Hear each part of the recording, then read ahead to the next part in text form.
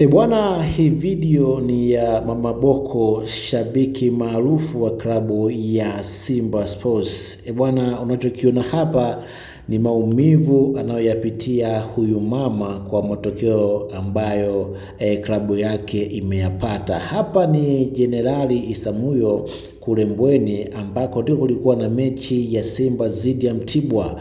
Baada ya sare ya 1-1, Mama Bocco ameingia uwanjani kwenda kuwalaumu wachezaji wa klabu ya Simba. Bila shaka hii ni taarifa ikionyesha kwamba jinsi gani mashabiki wanaumia kwenye matokeo wanayoyapata, matokeo mabovu wanayopata kwenye mechi hizi, hususan katika hizi timu kubwa Simba na Yanga. Imagine huyu mama analia kwa uchungu baada ya kusare dhidi ya Mtibwa Sugar. I say kuna la kujifunza kwa wachezaji wanaochezea kwenye vilabu vikubwa, lakini pia na viongozi lazima waangalie pia hata hawa mashabiki ambao wanapoteza muda wao kwenda viwanjani, mwisho wa siku matokeo yanakuwa magumu mara kwa mara.